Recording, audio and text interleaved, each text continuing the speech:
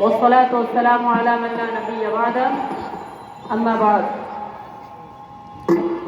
أعوذ بالله من الشيطان الرجيم بسم الله الرحمن الرحيم إن الله لا يغير ما بقوم حتى يغيروا ما بأنفسهم صدق الله العظيم ইসলামী আন্দোলন বাংলাদেশ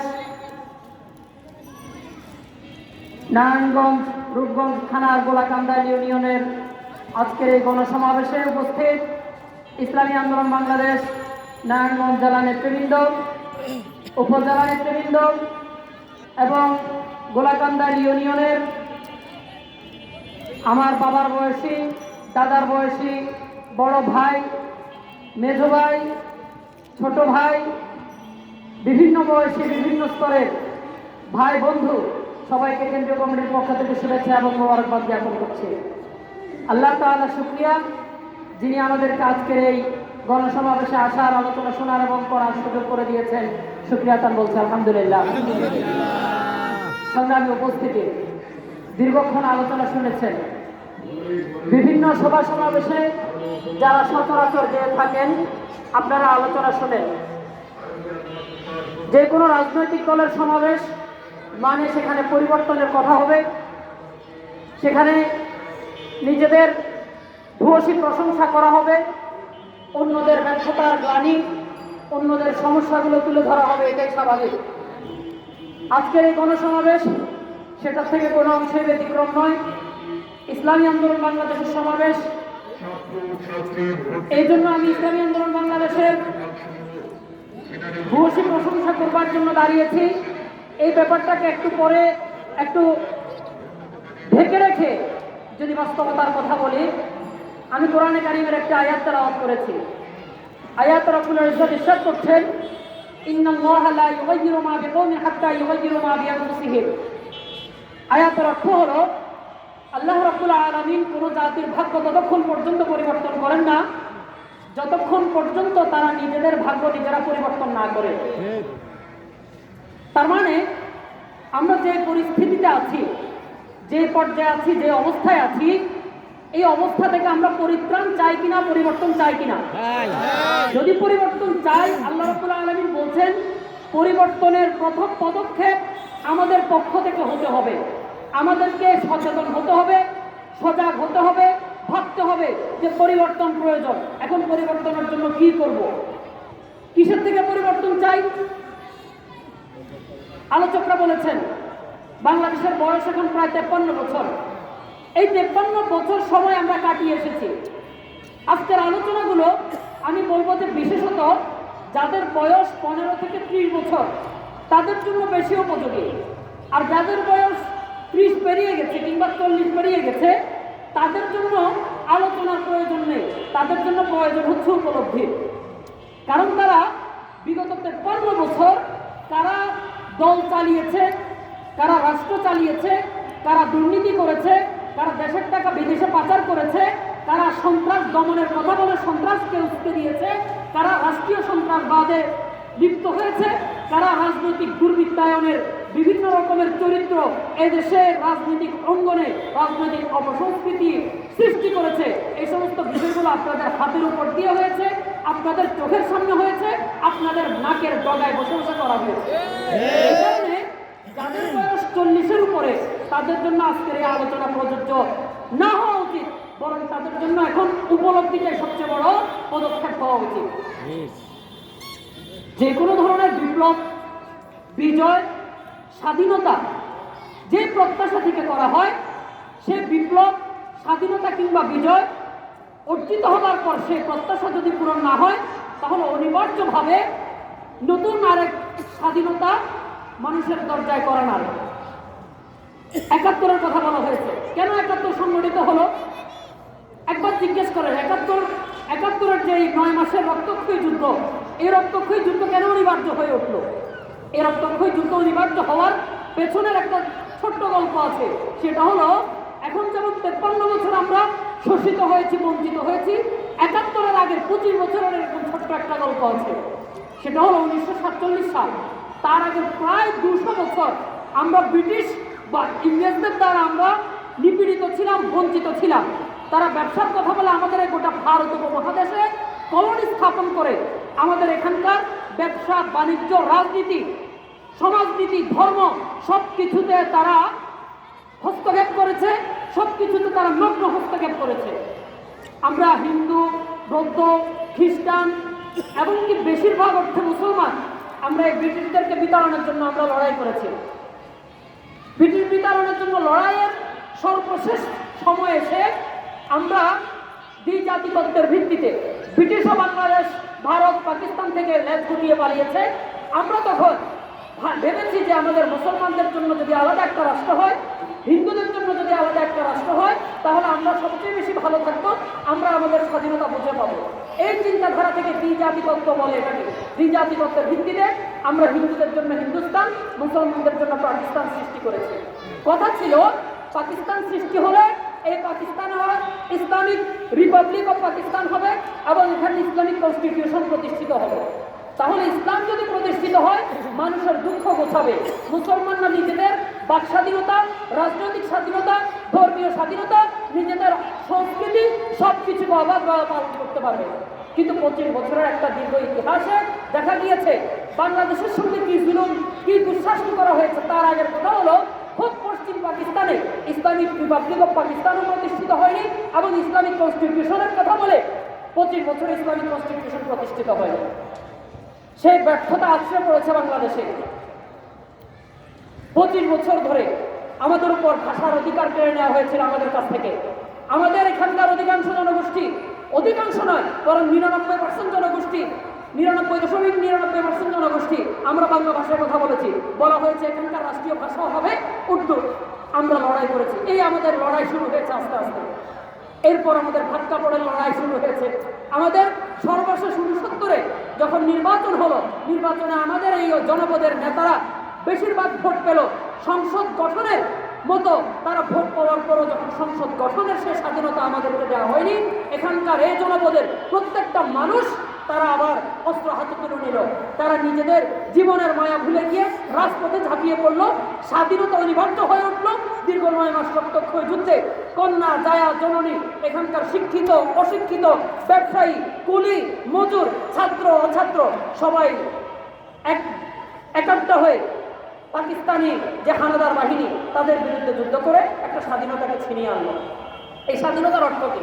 এই স্বাধীনতার অর্থ হলো আমার যে ধর্ম, এই ধর্মীয় স্বাধীনতা আমি ঠিকঠাকভাবে পাবো। আমার যে সংস্কৃতি, এই সংস্কৃতির উপর বিদেশি কোনো সংস্কৃতি, কোনো তাবেদারি শক্তির সংস্কৃতি আমার উপর চাপিয়ে দেওয়া হবে না। আমি আমার সন্তানকে আমি কি শিক্ষা দিতে চাই এটা আমি নিজে নির্ধারণ করতে পারবো। আমার বিশ্ববিদ্যালয়গুলোতে, কলেজগুলোতে, মাদ্রাসাগুলোতে কি পড়ানো হবে সেটা আমি নিজে নির্ধারণ করতে পারবো। আমার এখানকার যে মেডিকেল কলেজগুলো আছে, এখানকার যেই হসপিটালগুলো আছে, এখানে বিশ্বমানের আমি চিকিৎসা পাবো। আমার এই দেশে বসে আমি গোটা পৃথিবীর সাথে টাক্কা দিয়ে এখানকার অর্থনীতি, এখানকার রাজনীতি, এখানকার সমাজনীতিকে গোটা পৃথিবীর সামনে তুলে ধরবো। আমি আমার ধর্মীয় সংস্কৃতিকে গোটা পৃথিবীর সামনে তুলে ধরবো। কিন্তু কি হলো? স্বাধীনতা উত্তর, স্বাধীনতার তথাকথিত পক্ষ শক্তি আওয়ামী লীগ দেশকে নেতৃত্ব দিয়েছে। সবাই ভেবেছে যে তারা স্বাধীনতার নেতৃত্বে যেহেতু অগ্রগামী ছিল, পরবর্তী দেশের নেতৃত্ব তারা অগ্রগামী থাকবে। কিন্তু হাল খাতা খুলে দেখলে দেখা যাবে তখনকার রাজনৈতিক নেতৃবৃন্দ এবং দলের সর্বাধিনায়কের বক্তব্য হচ্ছে সবাই পায় স্বর্ণের খনি আর আমি পেয়েছি চোরের খনি। এটা একটা রাজনৈতিক বিশাল একটা উপাখ্যান যে রাজনৈতিক দলপ্রধানের একেবারে এমন এক নির্জলা নিজের দলের ব্যাপারে, নিজের দেশের ব্যাপারে তার এক সরল স্বীকারোক্তি যে তিনি চোরের খনি পেয়েছেন। এই চোরের খনি দেশকে কেউ উপহার দিয়েছে। এই চোরের খনি তো অন্য কেউ উপহার দেয়নি। এটা তো পাকিস্তানি হানাদার বাহিনী উপহার দেয়নি। এটা তো অন্য কোনো দেশের শক্তি উপহার দেয়নি। এই বস্তা ভরা এই চোরের খনি উপহার তো দিয়েছে তার দলের লোকেরাই, যাদের বয়স বেশি আছে, যারা স্বাধীনতা যুদ্ধ দেখেছেন কিংবা স্বাধীনতার পরবর্তী শাসন দেখেছেন। আপনাদের কাছে এই গল্প বলা মানে মায়ের কাছে নানির বাড়ির গল্প বলার কথা। তারপর দীর্ঘ 9 বছর সামরিক বাহিনী দেশকে নেতৃত্ব দিয়েছে। মানুষ তাদের ভাষা বোঝেনি, তারাও মানুষের ভাষা বুঝতে সক্ষম হয়নি। এই 9 বছরের ব্যবধানে সামরিক বাহিনী থেকে 2টা দলের সৃষ্টি হয়েছে, জাতীয় পার্টি এবং জাতীয়তাবাদী দল। আওয়ামী লীগের ব্যর্থতার সূত্র ধরে এই দুই দল মানুষের সামনে নিজেদেরকে মেলে ধরার সুযোগ পেয়েছে। মানুষ ভেবেছে যে তারা হয়তো ভালো নেতৃত্ব উপহার দিবে, ভালো নীতি উপহার দিবে, ভালো একটা দল পরিচালনার মাধ্যমে ভালো দেশ পরিচালনার নজির স্থাপন করবে। কিন্তু পরবর্তী একটা 5 বছরের টার্ম বাংলাদেশের মানুষের জন্য দীর্ঘ সময়ের একটা দুঃখজনক বাস্তবতা ছিল। জাতীয়তাবাদী শক্তি দেশকে নেতৃত্ব দিয়েছে, জাতীয় পার্টি দেশকে নেতৃত্ব দিয়েছে, তাদের ব্যর্থতার পাল্লা এতটাই ভারী ছিল। সংসদে বিল উত্থাপিত হয়েছে, বিল পাস হয়েছে, একটা ব্রিজের জন্য 5 বার বাজেট বরাদ্দ হয়েছে।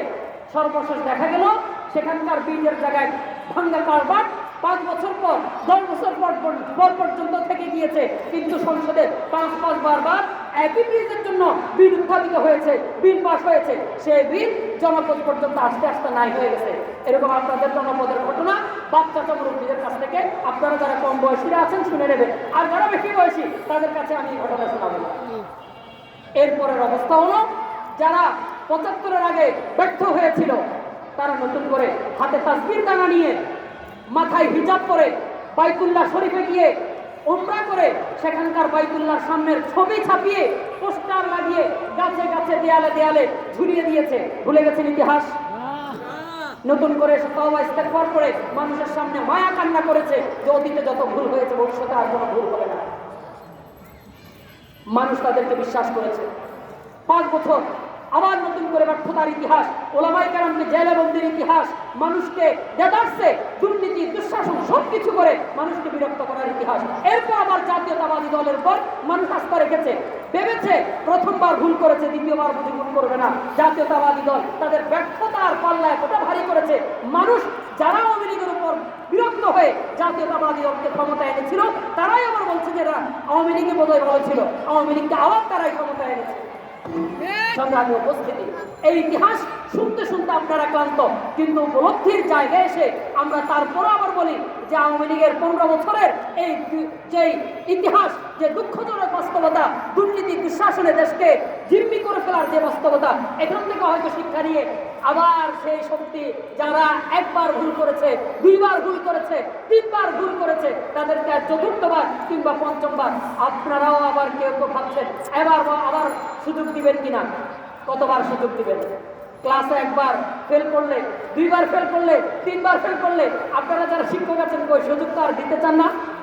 যেখানে একটা রাষ্ট্র পরিচালনার প্রশ্ন, যেখানে আপনার জীবন মরণের প্রশ্ন, যেখানে আপনার আগামীর ভবিষ্যতের প্রশ্ন, আগামীর ভবিষ্যৎ প্রজন্মের প্রশ্ন, দেশের অর্থনীতির প্রশ্ন, সংস্কৃতির প্রশ্ন, রাজনীতির প্রশ্ন, ধর্মের প্রশ্ন, ভিন্ন রাষ্ট্রের সঙ্গে তাল দিয়ে গায়ে কাঁধে কাঁধ মিলিয়ে সামনের দিকে এগিয়ে যাওয়ার প্রশ্ন, প্রগতির প্রশ্ন, সেই জায়গায় এসে একটা ব্যর্থ দলকে আপনারা আবার কিভাবে নতুন করে সুযোগ দেওয়ার কথা বলছেন? তাহলে কি হবে? সবার যদি ব্যর্থতার পাল্লা এতটাই ভারী হয় তাহলে সমাধান কোন জায়গায়? আল্লাহ রাব্বুল আলামিন তো বলেছেন যে জাতি নিজেদের ভাগ্য পরিবর্তনের চেষ্টা নিজেরা না করে আল্লাহ তাআলা তাদের ভাগ্য পরিবর্তন করে দেবেন না। তাহলে আমাদের ভাগ্যের পরিবর্তনের চাবিকাঠিটা কোথায়? ইসলামী আন্দোলন বাংলাদেশ বিকল্প হিসাবে ইসলামকে প্রস্তাব করছে। ইসলামী আন্দোলন বাংলাদেশ বা আমি আজকের এই বক্তব্য এটা বলছি না যে হাত পা ঘাতেই আমি বিকল্প বলছি কিংবা ইসলামী আন্দোলন বাংলাদেশকে বিকল্প বলছি। কথাটা বোঝার জন্য একটু গভীর মনোযোগ দিয়ে শুনেন। ইসলামকে আমি বিকল্প শক্তি হিসেবে বলছি। ইসলাম বিকল্প কি হবে? ইসলাম। কারণ আমাদের বিগত সময়ে দেশের ব্যর্থতার যত দায় রাজনৈতিক দলগুলো, যত দায় রাজনৈতিক নেতাদের, ততটা দায় এই দেশ যেই নীতির আলোকে পরিচালিত হয়েছে সেই নীতিরও। এই নীতি মানুষের হাতে গড়া নীতি। আর ইসলামী আন্দোলন বাংলাদেশ যে নীতির কথা বলছে এই নীতি আল্লাহ রাব্বুল আলামিনের দেয়া নীতি। মানুষ তার নিজের রচনাকৃত নীতিতে বৈষম্য করতে পারে। নিজে মালিক যদি নীতি ঠিক করে তাহলে সেখানে শ্রমিককে বৈষম্য করা হবে, এটাই স্বাভাবিক। নেতা যদি নীতি ঠিক করে তাহলে সেখানে তার কর্মীকে বৈষম্য করা হবে, এটাই স্বাভাবিক। কিন্তু আল্লাহ রাব্বুল আলামিন যে নীতি ঠিক করেন সেই নীতিতে আল্লাহ রাব্বুল আলামিন বিএনপিকে বেশি দিবেন, আওয়ামী লীগকে কম দিবেন, কিংবা ইসলামী আন্দোলনকে বেশি দিবেন, অন্যান্য রাজনৈতিক দলকে কম দিবেন, এটা আল্লাহ রাব্বুল আলামিন কখনো করবেন না। যার কারণে ইসলামী আন্দোলন বাংলাদেশ ইসলামকে বিকল্প নীতি হিসাবে প্রস্তাব করছে। কথা হচ্ছে আমরা তো দেখিনি যে ইসলামের কথা বলে কিংবা ইসলামকে নীতি হিসাবে রেখে আপনাদের কোনো সফলতা দেখিনি। আমাদের সফলতা আছে। রাসূল করিম সাল্লাল্লাহু আলাইহি ওয়াসাল্লাম ইসলামকে নীতি বানিয়ে রাসূল করিম সাল্লাল্লাহু আলাইহি ওয়াসাল্লাম রাষ্ট্র পরিচালনা করেছেন। আপনি কোরআনে কারিমের যে নির্দেশনার কারণে নামাজ পড়েন, কোরআনে কারিমের যে নির্দেশনার কারণে রোজা রাখেন, কোরআনে কারিমের সেই নির্দেশনার আলোকেই রাসূল করিম সাল্লাল্লাহু আলাইহি ওয়াসাল্লাম রাষ্ট্র পরিচালনা করেছেন। রাসূল করিম সাল্লাল্লাহু আলাইহি ওয়াসাল্লামকে নবী হিসেবেও মানছি, রাসূল হিসেবেও মানছি, কিন্তু রাসূল করিম সাল্লাল্লাহু আলাইহি ওয়াসাল্লাম যে 10 বছর মসজিদে নববীতে বসে গোটা রাষ্ট্র পরিচালনা করেছেন, সেই রাষ্ট্র পরিচালনার নীতিকে আমরা বিকল্প নীতি হিসেবে মানতে প্রস্তুত থাকি না। রাসূল সাল্লাল্লাহু আলাইহি ওয়াসাল্লাম চলে যাওয়ার পর খোলাফায়ে রাশেদা প্রায় 30 বছর বিশ্বকে নেতৃত্ব দিয়েছেন। তারপর বনু উমাইয়ারা নেতৃত্ব দিয়েছে, আব্বাসীয়রা নেতৃত্ব দিয়েছে, ওসমানীয়রা নেতৃত্ব দিয়েছে। আমাদের মুসলমানদের বিশ্ব শাসন করার ইতিহাস আছে 1350 বছরের ইতিহাস। এই ইসলাম গোটা বিশ্বকে নেতৃত্ব দেওয়ার যে 1350 বছরের ইতিহাস, তার পরবর্তীতে যারা নেতৃত্ব দিচ্ছে গণতন্ত্র, সমাজতন্ত্র, তাদের 350 বছরের ইতিহাস এখনো সৃষ্টি হয়নি। তার বিপরীত ইসলামের 1350 বছরের ইতিহাস আছে। এই 1350 বছর ইসলাম যখন বিশ্বকে নেতৃত্ব দিয়েছে, তখন এক একজন শাসক এমন অতিবাহিত হয়েছে। ওমর ইবনে আব্দুল আজিজ রাহমাতুল্লাহি আলাইহি কথা বলা হয়, যখন তিনি শাসন করেছেন তখনকার সময় বাঘ এবং বকরি এক ঘাটে পানি পান করে। বাঘ এবং বকরি এক ঘাটে পানি পান করার মানে এটা নয় যে একই ঘাটে বাঘ এবং বকরি পানি পান করা জরুরি, বরং সমাজের সবচেয়ে প্রভাবশালী ব্যক্তি এবং সমাজের সবচেয়ে ক্ষুদ্র ব্যক্তি, সবচেয়ে নিম্ন শ্রেণীর ব্যক্তিটাও একই আদালতে একই বিচারকের কাছে সমান বিচার পেয়েছে। কাউকে তার প্রভাবের কারণে, প্রতিপত্তির কারণে তার পক্ষে বিচার গিয়েছে, আর আরেকজন সমাজে দুস্থ, অসহায়, গরিব হওয়ার কারণে বিচার তার বিপক্ষে গিয়েছে। এমনটা ইসলামের 1350 বছরের ইতিহাসে একদিনের জন্য আমাদের আরো সফলতার ইতিহাস আছে।